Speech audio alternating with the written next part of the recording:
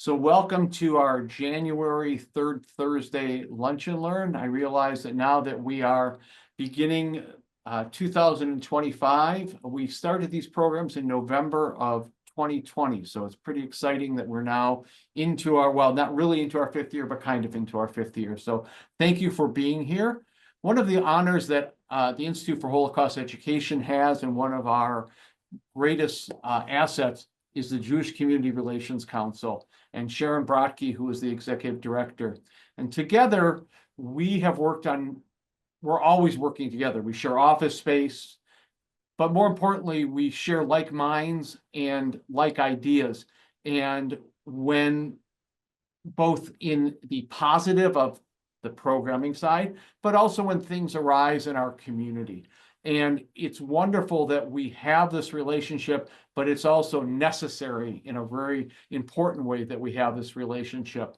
I've asked Sharon to speak today on the role or how we combat anti-Semitism, how we work on anti-Semitism. Often when we do programming, we come at it together, but from different directions in certain ways. And so it's very important, the work that we're doing. And I very much wanted her to be able to teach us today. So I turn it over to you now, Sharon, and I'm going to put myself on mute.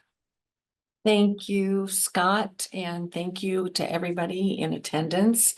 As I said earlier, before the recording started, this is the highlight of my week, and it is an honor and a real privilege to be able to talk to you all today about anti-Semitism, especially now, especially since October 7th, 2023.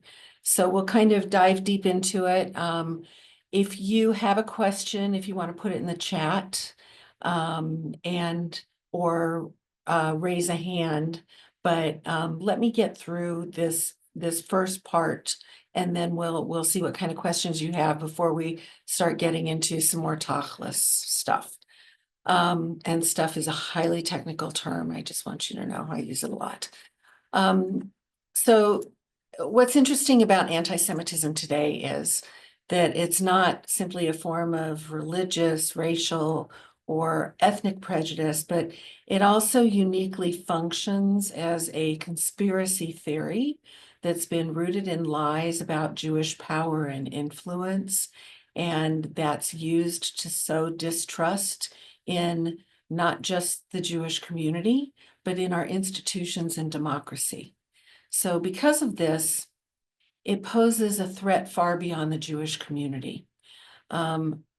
There's been a lot of research recently that underscores the connection between anti-Semitism and broader threats to democracy and all communities. And we know that belief in conspiracy theories, such as the anti-Semitic Great Replacement or QAnon rhetoric that's been in our lives for the last many, many years, are among the biggest drivers of political violence and anti-democratic extremism, not just violence against Jews. Similarly, belief in conspiracy theories is one of the best predictors of anti-Semitism. So we've seen this in the recent cycle of white supremacist violence targeting Jews and other marginalized communities, as well as since the post-October 7th conspiracy theories related to Jewish or Zionist power and influence. The public conversation on anti-Semitism in the United States is often very myopic, and it lacks context on how this ancient form of hate connects today to other forms of bigotry and anti-democratic extremism. Sometimes anti-Semitism is addressed in a silo and as an exclusively particularistic form of bigotry, or it's not fully understood as a dire contemporary issue. It makes it harder for some Jews to see broader democracy and civil rights work as fundamental to Jewish safety, and it prevents people who aren't Jewish from understanding their own self-interest in combating anti-Semitism. And it keeps communities apart at a moment when solidarity is critical to our mutual safety. And top of mind for me is the Black-Jewish relationship as a really good example of that. The good news is that messaging connecting Jewish safety with our democracy and democratic norms and values and the safety of others isn't just accurate, but it's starting to resonate strongly with communities who also need to be engaged in this fight. So I want to go into the Jewish community and our allies have been facing this moment of crisis. It's been bubbling up for some time, but it really has become a crisis since October 7th. And as we grapple with these unprecedented threats to the Jewish community and American democracy simultaneously, and our shared future here in the United States and around the globe, the rise in anti-Semitism is both a reflection and a key driver of broader extremism that's become normalized in politics and in our society. So how we respond will certainly determine the safety and stability of the diverse Jewish American community and so many other communities for generations to come. So having said that, Jewish community relation councils combat anti-Semitism through multifaceted approach that includes advocacy, education, coalition building, and policy work. So some of the key ways we do that are in advocacy and public awareness. We combat hate speech. We monitor and we use the monitoring and data of our partners at the Anti-Defamation League, the Combat Anti-Semitism Movement, the Bob Kraft's Foundation, combating anti-Semitism, and we are able to respond to incidents of anti-Semitism in communities, schools, on online platforms, and often with law enforcement and civil rights organizations. We also do it through media engagement and ensuring that reporting is accurate on issues that affect the Jewish community and addressing anti-Semitic tropes or inaccuracies. We also do this through legislative advocacy, which this time of year this is our busy time of year down in Lincoln. We advocate for laws and policies that combat hate crimes and promote inclusivity, and also lift up the marginalized and at-risk communities within our midst. We do it through education and training. There's Holocaust education, which we support the IHE's efforts to do that. Scott and his folks are the experts in that, and we use that in schools and communities to highlight the consequences of unchecked anti-Semitism, as well as to teach empathy and upstanding, but not to be a bystander, but to be an upstander. We do it through workshops and training and anti-bias training for educators, for students, for law enforcement, and community leaders to help them recognize and address anti-Semitism effectively. So examples of this in our community are like the PEW, which has been running for 37 years now. I think Pam can correct me. I think we're going into year 37, and we're now expanding that to middle schools. We're doing it through student to student, which you'll be seeing more about in the Jewish press. Recently, Pam and Morgan conducted a training about Judaism 101 for the South Omaha community. And we have relationships with North Omaha churches and communities, and we're looking for opportunities if you have service clubs like Rotaries or anything else that we could come out and we could talk about anti-Semitism, we could talk about anti-bias training. We also do it through community programming, organizing larger events, lectures like our community conversations, bringing in scholars like Mark Dolinger, and programs that educate the broader public about anti-Semitism and Jewish culture. We're looking forward to bringing in Shiraka, the Abraham Accords delegation that we Zoomed in a year ago, November. And we're bringing in, I think, 2 to 3 Arab partners in the Abraham Accords, as well as an Israeli partner. And we're going to be having community events around that, not just Jewish community, but broader community events. We do this also through coalition building, our interfaith partnerships, which I've mentioned before, social justice alliances, where we collaborate with civil rights organizations to address systemic discrimination and promote equality for all communities. You'll be seeing some of that in this upcoming legislative session. We do a lot of coalition building. We do supporting victims. We've done community support and provided assistance to individuals and communities targeted by anti-Semitism and also other forms of bigotry. We've done it through crisis response when affected individuals have required the assistance of law enforcement or social workers. We've helped to coordinate that.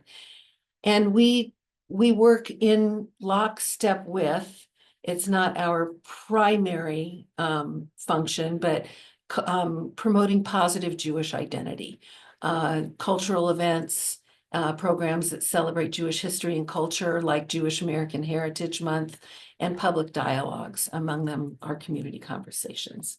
So that's kind of the how. Does anybody have any questions so far?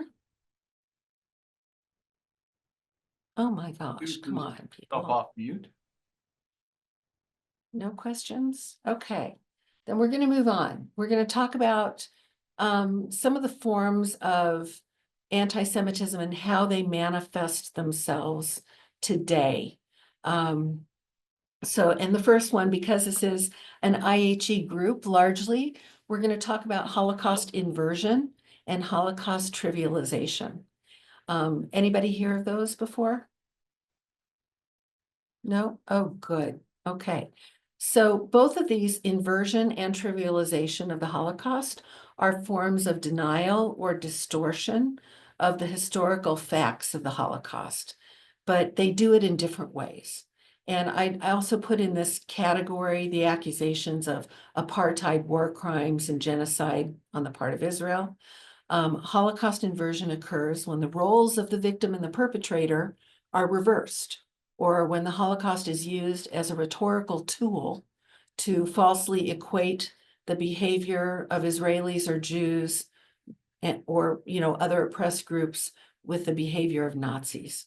So we see, especially since October 7th, or especially since October 8th, but it started actually in the Arab world before Israel even responded to October 7th militarily, where they were calling Israel Nazis, that, we're conducting a genocide, that Israel is an apartheid state.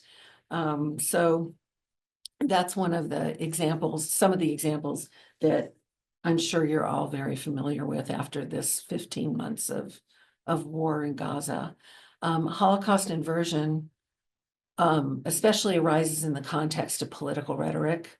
And when certain groups, it's a weapon for people to deflect attention from their own actions by falsely accusing the Jews of Nazi atrocities. And it's a moral distortion that, they use to justify or deflect. So they're harmful for a number of reasons. They distort history, they perpetuate hate, and they do particular damage to survivors and the descendants of survivors. It causes deep pain to Holocaust survivors and their families who are seeking to preserve the memory of their families' experiences and their dignity and their respect. It also manifests itself in media bias, which you see in social media. And thank you, 60 Minutes, last week for giving us possibly the most current and broad-reaching example of that in their coverage on the State Department officials who resigned from the State Department in protest of how the United States and particularly President Biden's administration were conducting America's involvement in the war. So media bias can look like a perceived or actual skewing of the coverage that portrays Israel negatively by emphasizing actions and policies and events that make Israel appear disproportionately aggressive and unjust or oppressive. And this bias has been seen in print, as you said, broadcast, online, and it can manifest itself both overtly, like it did in 60 Minutes report, or subtly. And critics of media bias against Israel argue that it leads to this distorted, one-sided narrative, while supporters of Israel assert that media outlets often fail to provide context or a fair representation of the facts on the ground and Israeli perspectives, particularly in relation to the Israeli-Palestinian conflict. Think about all the stats and stories that are circulated online using Hamas Health Ministry numbers and press releases and things without question. There are also types of media bias come in selective reporting, where they may highlight certain actions by Israel, such as an airstrike in Gaza, without providing any context or balance or covering the broader security situation that Israel faces, such as the constant barrage of rocket fire from Gaza, or in November when I was there, from Hezbollah. They might focus a lot of attention on the suffering of Palestinian civilians while downplaying the reasons behind Israel's military actions, like self-defense. The language, the terminology that they use to describe Israel's action often plays a significant role in shaping perceptions. Terms like occupation are commonly used to describe Israel's presence in the West Bank. Sometimes they just call it illegal occupation. It's not a neutral term. Settlements is not a neutral term. It can be disproportionate responses. Israel's frequently criticized for disproportionality in response to military conflicts. It omits history and, again, facts on the ground and civilian casualties on Israel's side of things. And it also doesn't cover, I can't remember the last time I saw any coverage in American media, at least, of Palestinian violence against their own people, Hamas's violence against its own people. I think it's come up more recently in the context of reporting on what's going on in the West Bank and the Palestinian Authority, because they're really cracking down. And it's starting to rear its head, but certainly not on the Gaza coverage, in my opinion, in what I've seen. Also, media sometimes creates and holds Israel to double standards. For instance, when other nations engage in military operations that result in civilian casualties, there may be more of a focus on the broader context of self-defense or counterterrorism efforts. So in contrast, when does this, the reporting creates an assumption of illegitimacy, criminality, and without sufficient knowledge or explanation of the threats that Israel faces. And this double standard is seen in how Israel's actions are scrutinized for compliance with international law. The ICC, when it issued its arrest warrant for Benjamin Netanyahu, one of the sites that was sorted was media. So that gives you an idea as to how influential that biased media coverage can be, that it can actually be used as a source and a rationale in a legal brief to issue an arrest warrant for a prime minister of a sovereign democratic nation. Some other things that we wanted to, I mean, there's so many examples of media bias against Israel, and we don't even really want to get into too much about social media posts. But what I want to call your attention to is how anti-Semitism also manifests itself in online gaming platforms. This is where a lot of our kids are getting exposed to it.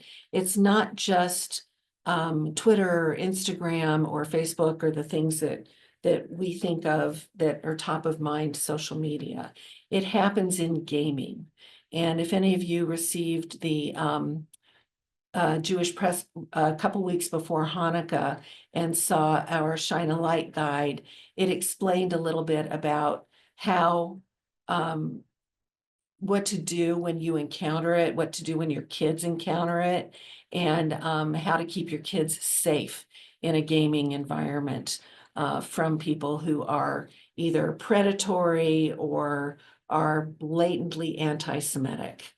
What else can anti-Semitism has become particularly dangerous, as we talked about at the front of the meeting, because of the politicization of it and the political extremism. So we see it on the far right, which we have for a long time when we associate some of the groups like Proud Boys and whatever percenters are popular at any given point in time, the white Christian nationalist movements, the far right extremists that are neo-Nazis and openly espouse anti-Semitism and view Jews as enemies or invaders, or again, they perpetuate the Great Replacement theory.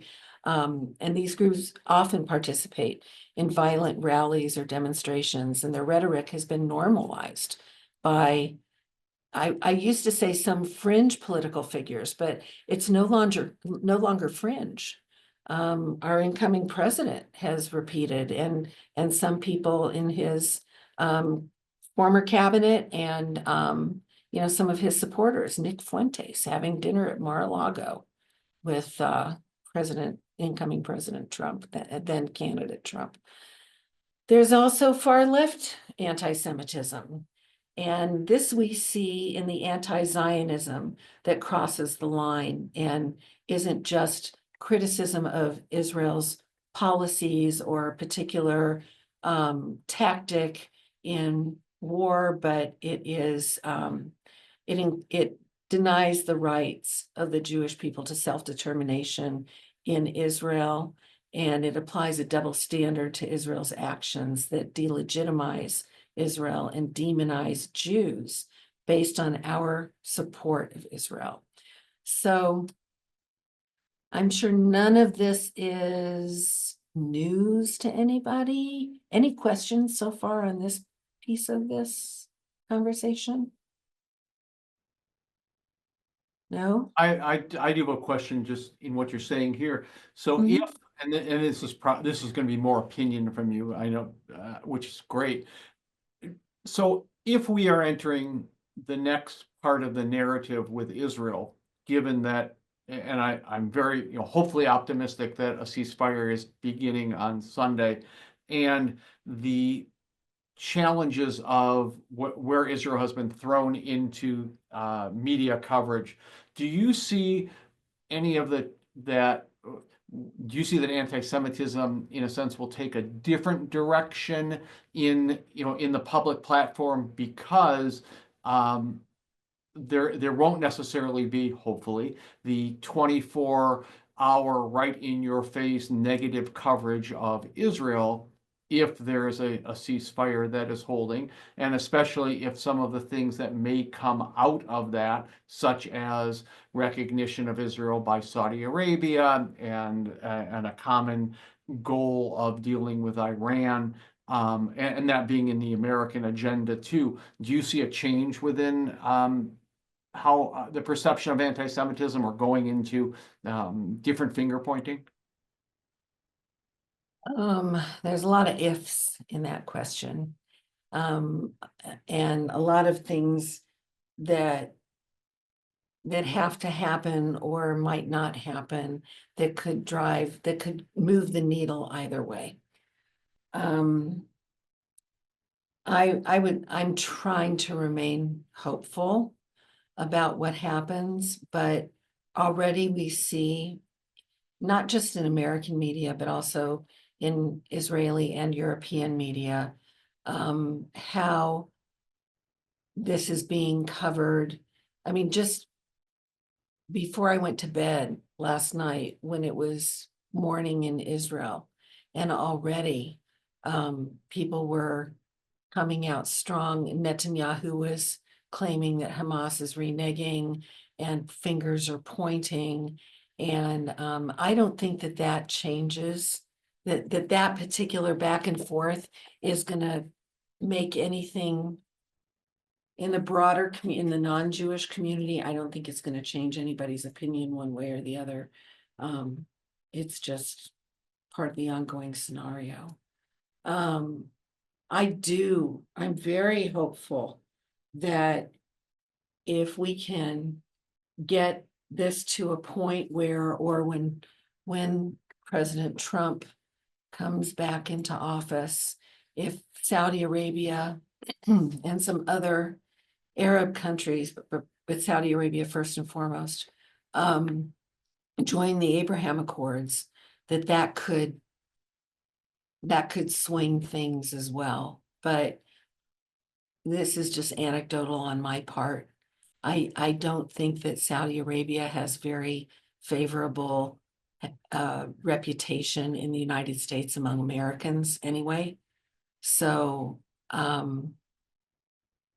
don't know if it's going to make that big of a difference, but we'll see. I do not want to get into the speculation of it. We could go down that rabbit hole for hours, and that requires a good, smooth single malt for me.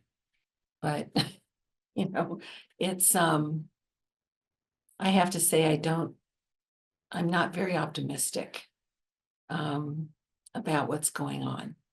And just my personal point of view, and based on communications in the last few hours with my family in Israel, they're all so torn, and it's such a rock and a hard place. Everybody wants to see the hostages returned, but they do not have confidence in this deal, and they don't believe that it's right, let alone it'll stick. They want everyone back, regardless of their whether they're deceased or alive. And that's not going to happen in this first wave. And we also know how easily the last time there was an exchange, the second wave never happened. So anyway, those are my thoughts on that. But any other questions or arguments, or anybody want to take me on any of these things? I'm game. The way I see it, Sharon, is anti-Semitism will never go away. It's just a situation that's always there, a factor that's always there in negotiations.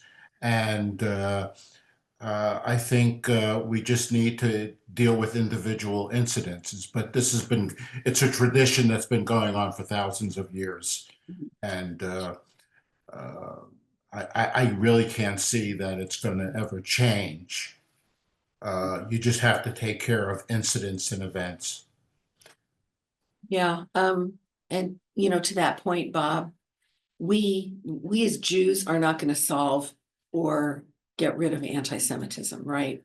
We can educate, we can build relationships, we can do all kinds of things, but it will always be there, as you said. And it'll morph again. We've seen it. We've seen how the blood libel over thousands of years gets regurgitated, but in a more contemporary or relevant form.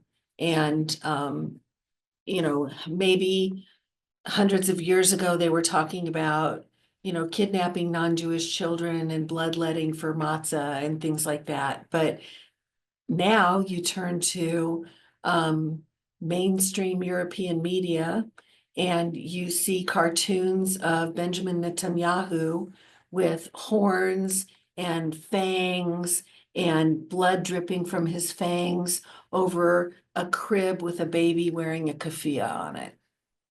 I mean, it's amazing how they can just make it fit any situation that they want. The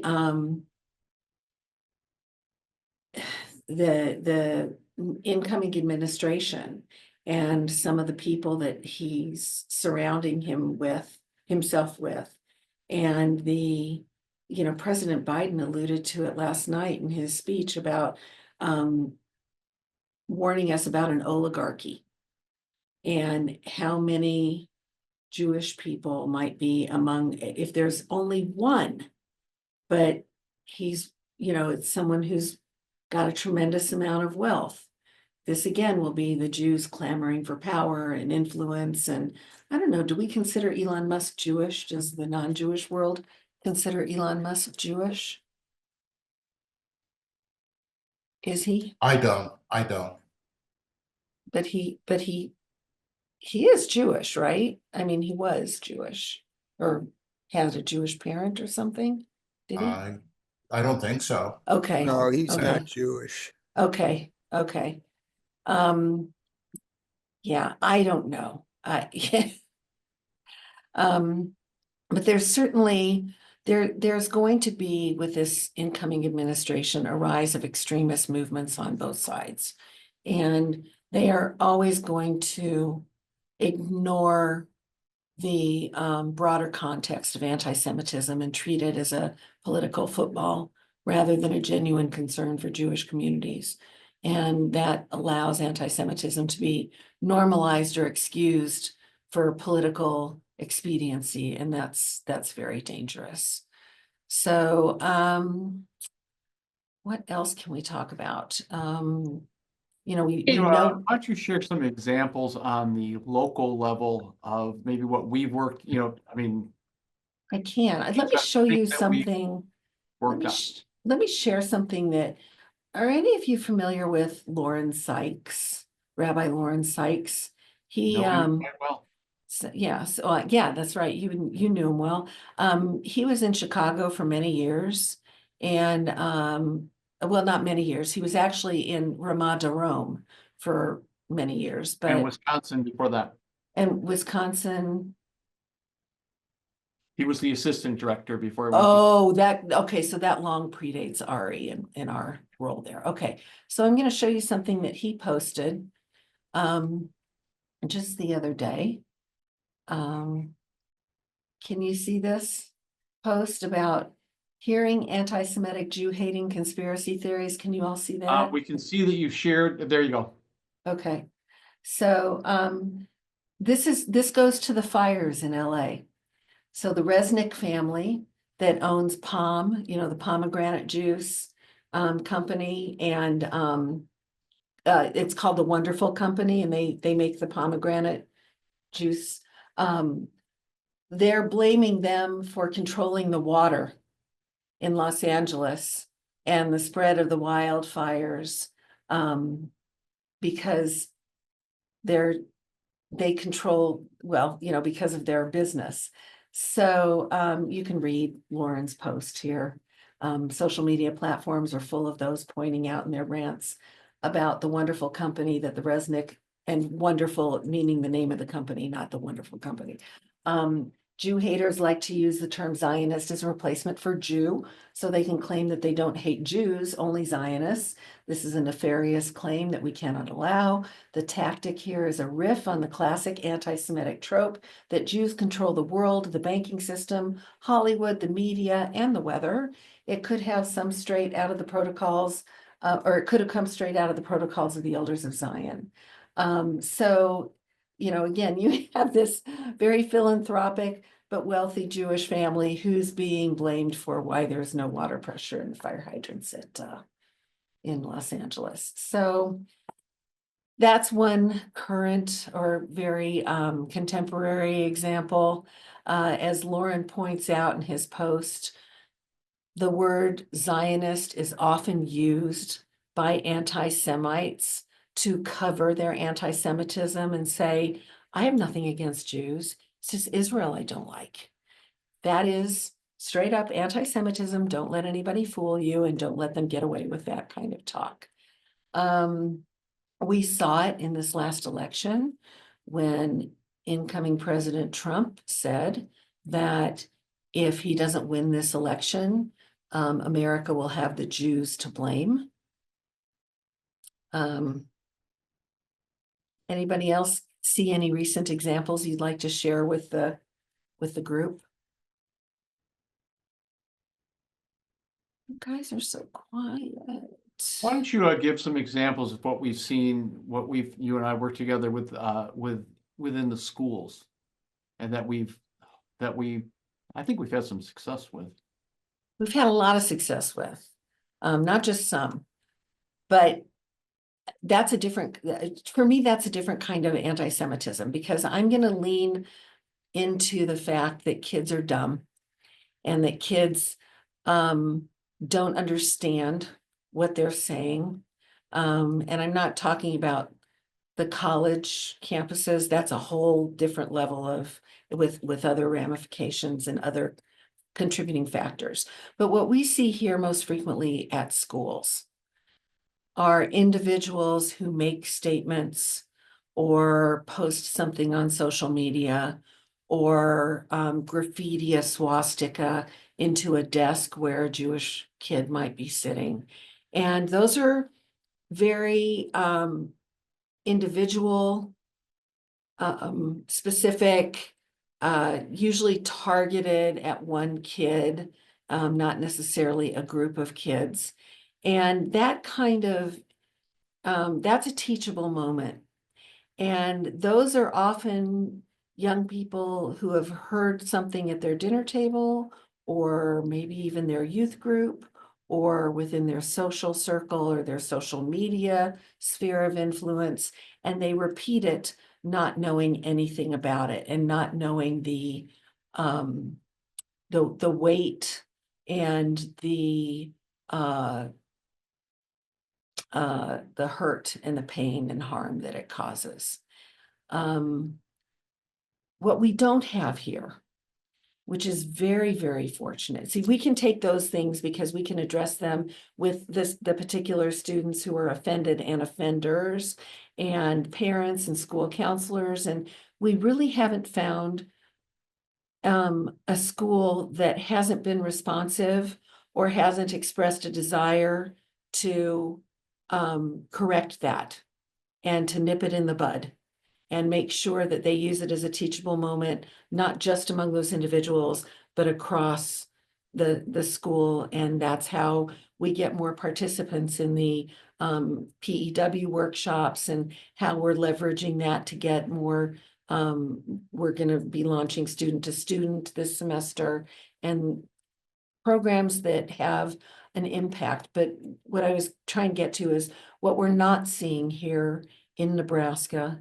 And if we were going to see it anywhere, it would be here in Omaha or in Lincoln, are teachers' unions or school boards that are talking about a more, I forget, institutionalized approach to anti-Semitism, which would be ostracizing Jewish teachers or asking to remove the history of Israel, or teaching a Palestinian revisionist history of the region or something like that. And, you know, having friends in LAUSD and, you know, Los Angeles Unified School District, which I think is one of the largest in the country, and New York and some other places. What we're not seeing here are city councilmen coming up and saying that they want to boycott, divest, and sanction Israel, and that they're, you know, either supporting Hamas and the resistance to the apartheid regime or whatever. That is very real. And that's been happening all over the country, but not here. And I'd love to JCRC to be able to take exclusive credit for that, but we can't. A lot of that has to do with the fact that we live in a red state with a lot of evangelical Christian Zionists. And for those of you who don't know, the majority or the highest percentage of donors to AIPAC are not Jewish, they're Christian. We are very fortunate. We benefit from that environment. When 2 times in the last 5 years, legislation was brought to the unicameral in the form of bills that would be anti-BDS. And that's something that the Jewish community is not unified on. We don't have what I would call a true consensus on whether or not we would want to go down this path. But there were efforts by lawmakers that came to the attention of Nebraska lawmakers, not Jewish ones, and the Jewish community wasn't consulted, to write a bill they wrote a bill too, that would actually say that Nebraska government, taxpayer-funded institutions would not do business with any vendors that boycotted, divested, or sanctioned Israel. It's a really sticky wicket. And again, there was no unified position on this in the Jewish community. But what we did do was we had to support that legislation, because what happens is when those hearings come up, the Nebraskans for Peace, the Students for Justice in Palestine, the people who are very anti-Israel and anti-Semitic in their rhetoric about Israel, they show up in droves, in strength and numbers. And we could not allow them to have the last word or have no rebuttal in those legislative hearing rooms when that legislation came up. Now, since October 7th happened, the governor took care of that problem for us, because those bills failed to make it out of committee in both years that Julie Slama brought them forth. The governor just issued an executive order that the state will not do business with the university, the state, any government-funded institutions cannot do business with businesses that have a policy of BDS. They also passed a resolution immediately in October condemning the actions of Hamas. So did the Douglas County Board, and expressing its support and unity with Israel, and praising our long-standing relationship and shared values, as well as shared economic interests. We're really lucky here in Nebraska. There are a few, very few voices that are very loud, but not highly regarded, and not really taken very seriously.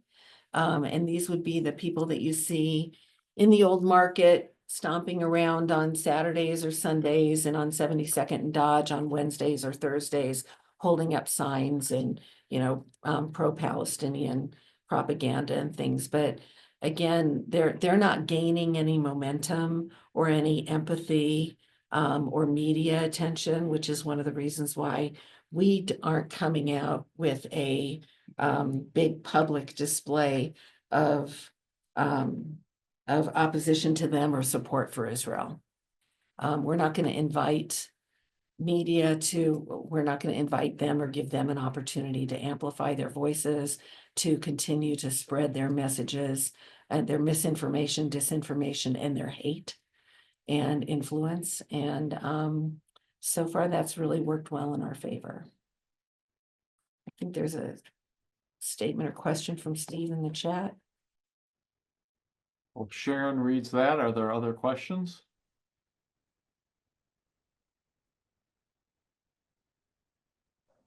Well, I have one. Please go ahead, Seth. Yeah, once again, I'm very pessimistic regarding anti-Semitism. It's always there, it's always smoldering, and an event like what happened on October 17th brings it to fruition. The former rabbi of London, Rabbi Sachs, has an excellent YouTube statement about anti-Semitism, where non-Jewish people blame Jews for being poor, and they just blame Jews for being rich. It goes from both extremes. So that's what I have to say. Sure, I have a question.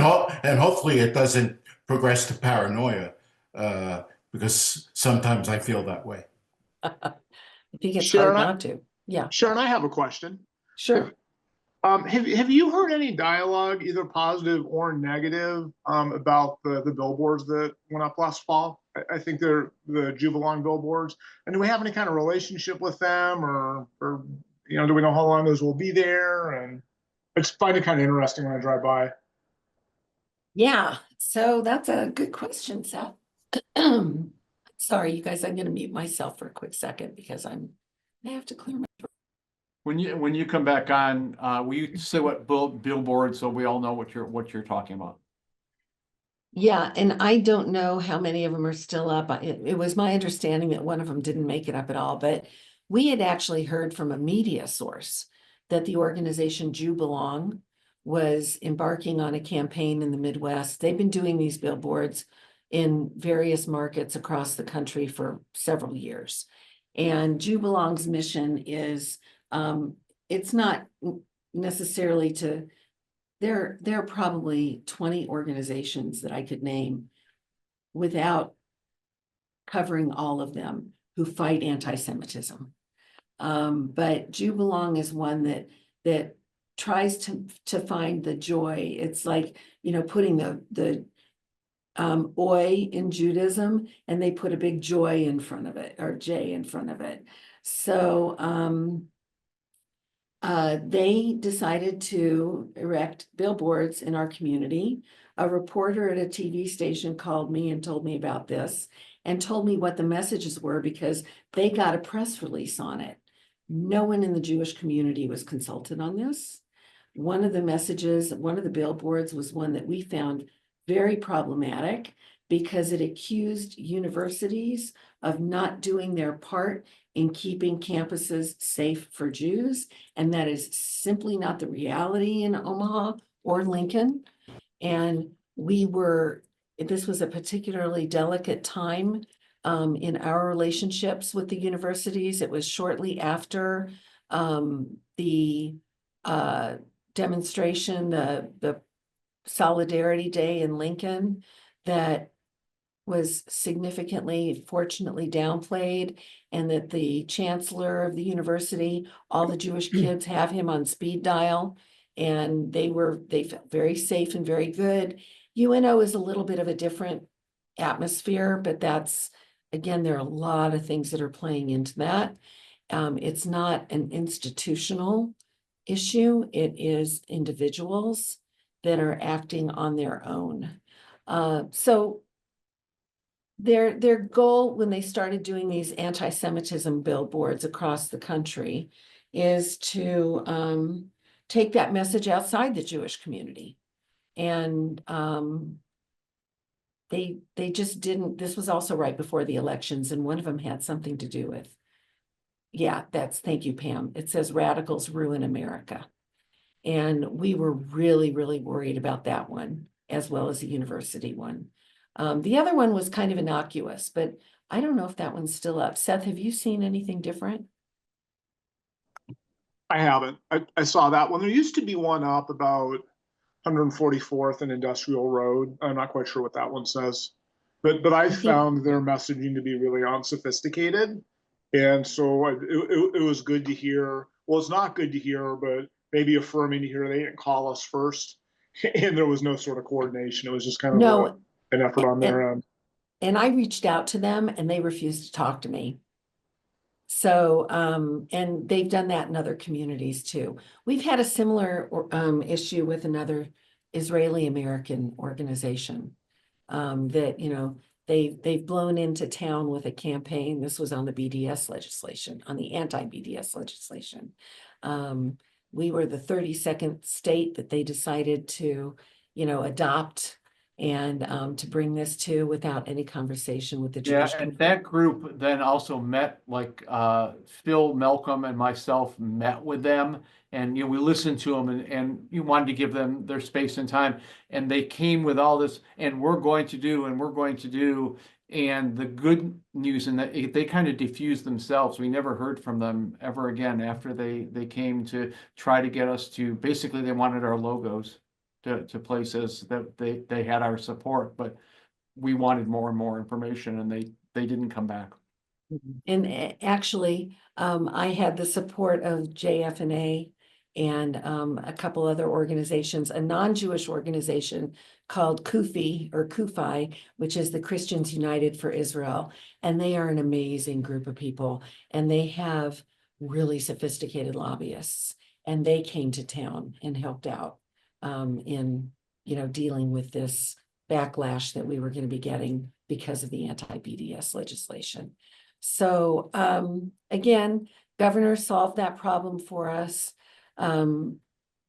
As much as I'd love to take credit for it, I mean, I am going to take credit for really good relationships in Lincoln and in Washington with our lawmakers. I don't know that that was the case before the JCRC. It may have been before COVID with the ADL-CRC, but that wasn't the primary function of the ADL-CRC. And I think it's good that now we have cultivated those relationships. We have these guys, as I said, on speed dial, their personal emails, their personal cell phones. When we call, they pick up, and they genuinely want to work with us. And the flip side of that is, not going to spread that too far and wide, because I don't want anybody coming back and saying the Jewish community exercises undue influence on our lawmakers in the state of Nebraska. Because then we'd be playing right into that anti-Semitic trope. So it's always a dance. It has to be strategic. It has to be very well thought out and very carefully exercised. And another thing that I do want to caution, because this is something that has come up in recent days, and particularly since October 7th. And Pam says this better than anybody. If everything's anti-Semitic, nothing's anti-Semitic. We have to be very measured, judicious. I'm not saying we ignore or that we don't respond, but we have to be very careful about how we respond to particularly pro-Palestinian speech, or people who wear keffiyehs, or something like that. We tend to get a phone call every time somebody walks by Megan Hunt's store in Benson and sees the keffiyehs and the Palestinian flags and the watermelon merchandise and all of those items that she's selling in her store, and people want to shut it down. She has a right. She has a right, unfortunately. She's chosen to use her influence and her position in the community to promote messages that we find offensive and sometimes inflammatory and incendiary. I think she's become a little bit more cautious about what she shares and what she posts. But there are a number of people like her. There are about 3 professors at UNO who are engaged in on their personal social media and in their community activism, who are engaged in behavior that many of us find extremely troubling and triggering. I understand why a Jewish person feels uncomfortable when they see somebody wearing a keffiyeh, but it doesn't mean they're a terrorist. And it doesn't mean that they're out to do harm. It means that they're trying to show solidarity with a people who are suffering. Doesn't matter who started the suffering. None of that matters to them. They don't know and they don't want to hear. But we cannot be crying wolf and using our voice to, number one, amplify their messages of hate or ignorance, and number two, to try and cancel. We don't cancel, we counsel. We don't want anybody coming back to the Jewish community or to the larger community and saying, the Jewish community is trying to silence us. Example of that is what happened at Film Streams in November. I don't know how many of you are familiar with the event that they had where they were approached by a local group that's affiliated with Nebraskans for Peace. And they wanted to do one of their community collaborations, and Film Streams had been looking for a film to show that would focus on the lived experience of Palestinians. And they chose one called Bye Bye Tiberius, which features, it's a biographical, multi-generational family story about a family that comes from the triangle in the Galilee, where the dominant population is, that's the most predominantly Arab population. And by the way, they're Israelis. They're, they may identify as Palestinians, but there are some people in this community who decided that they pitched a panel discussion after the movie, and it was led by a notorious, and I don't normally call people out, but in this case, it is well documented. She is loud and proud. Her name is Fariel Pearson, and she used to be a DEI princess in Omaha. The chamber looked up to her and used her for training. She did things here. She did things at the J. This was before I was involved with the J. Anyway, they assembled this panel discussion to talk about the film afterwards, but the people that they assembled were self-described grandchildren of survivors of the Nakba. One herself was a child survivor of the Nakba, and one was a gentleman who was actually a superintendent in UNRWA schools. So, this is not going to be a panel that's going to talk about the lived experience of Palestinians living in Israel with Israeli citizenship, Christian or Muslim, or Jews for that matter, who consider themselves, Palestinians. So a lot of people in the Jewish community were very triggered by this, and they wanted it stopped. And I think that would have been a horrible idea, because then they would have had a platform to say, the Jews are silencing us, the Jews are infringing on our free speech, the Jews are using their power and influence on the board at Film Streams to shut down and to hide the genocide and the apartheid and the war crimes, and it would have given them attention. So that's, we had some very crucial conversations with the leaders at Film Streams about it. There were some people in the Jewish community who wanted to attend but felt like they couldn't attend. I couldn't be there. I was actually in Israel at the time when the event was taking place, and I never heard another word about it from the Jewish community. But we spent, I don't know, Pam, how many hours did we spend on? A few. Out that It was a few. It was a few But, days it was, worth of work, Yeah, and you talked to the director and made her understand what our concerns were without it getting blown up in the public eye.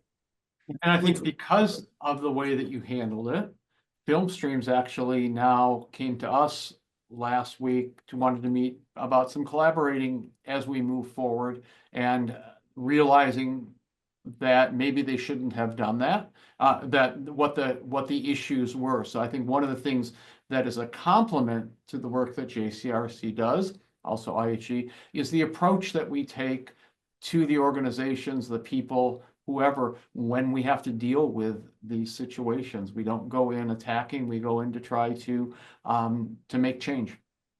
Bob, you have your hand up? Yeah. Some of the things I want to discuss is Well, first of all, DEI is decreasing all over the country. And when you perceive anti-Semitism on an individual basis, you need to speak up. You need to say something. What else did I want to say? That's it for now. If I remember, I'll mention it. Are there other questions? Well, I will tell you that Sharon's office is always open. If you do see incidences or learn of incidences that need reporting, they're on the Jewish Federation of Omaha's webpage, on JCRC page, are incident forms. I know personally that they deal with everyone that comes in. They take everyone very seriously. It's not just a matter of keeping records, it's a matter of trying to affect change.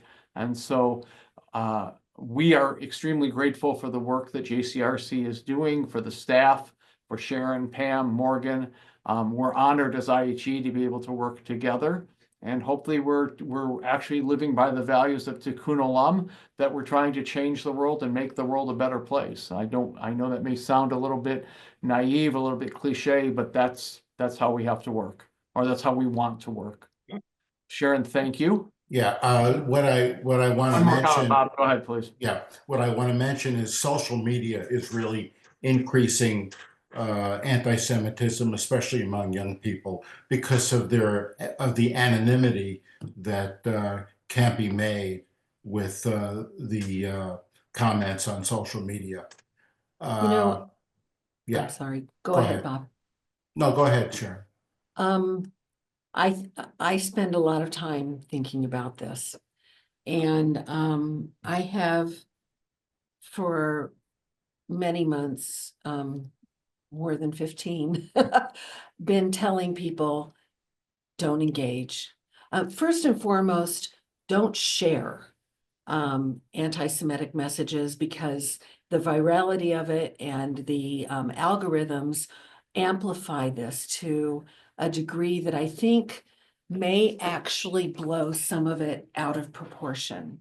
And within the Jewish community, I want to be very careful about how I say this, so please accept it in the beta testing spirit in which it's being offered, that we have a tendency to really focus in on that stuff that, again, my highly technical term, can I say poo-poo like Nancy Pelosi? Okay.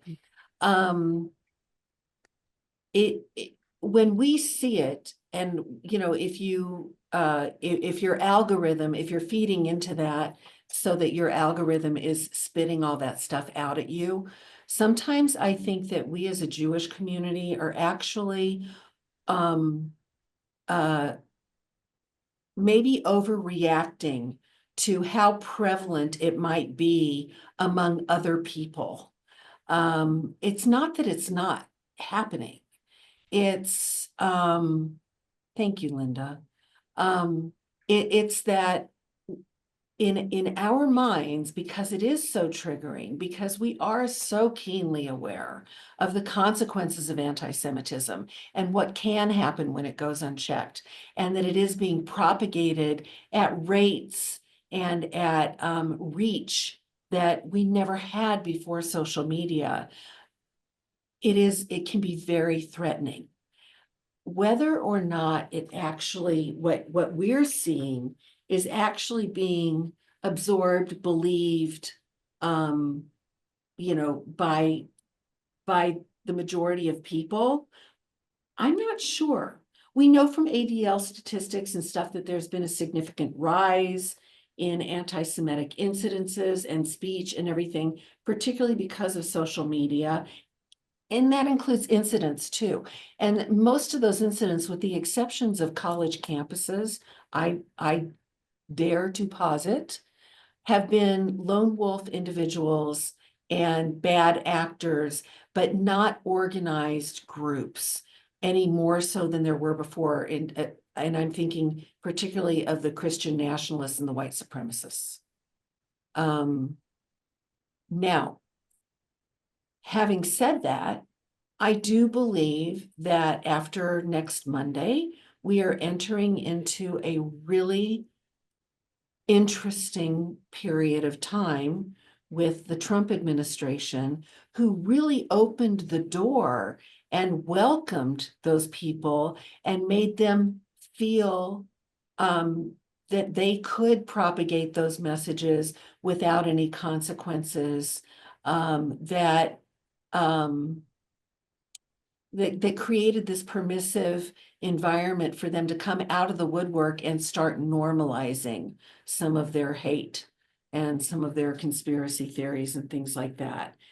That alarms me a lot more than the, here and there rhetoric of a few really useful idiots on social media. I hope I'm not wrong on that. Something else that my perception is that the anti-Semitism that's happening now is not based on religion. It's based on social activities and non-religious activities, where in the past, thousands of years ago, between Jews and Christians, it was based on religion. But I don't see that now. Well, yeah, and that's part of, as I said in my opening remarks, that it's not simply a form of religious,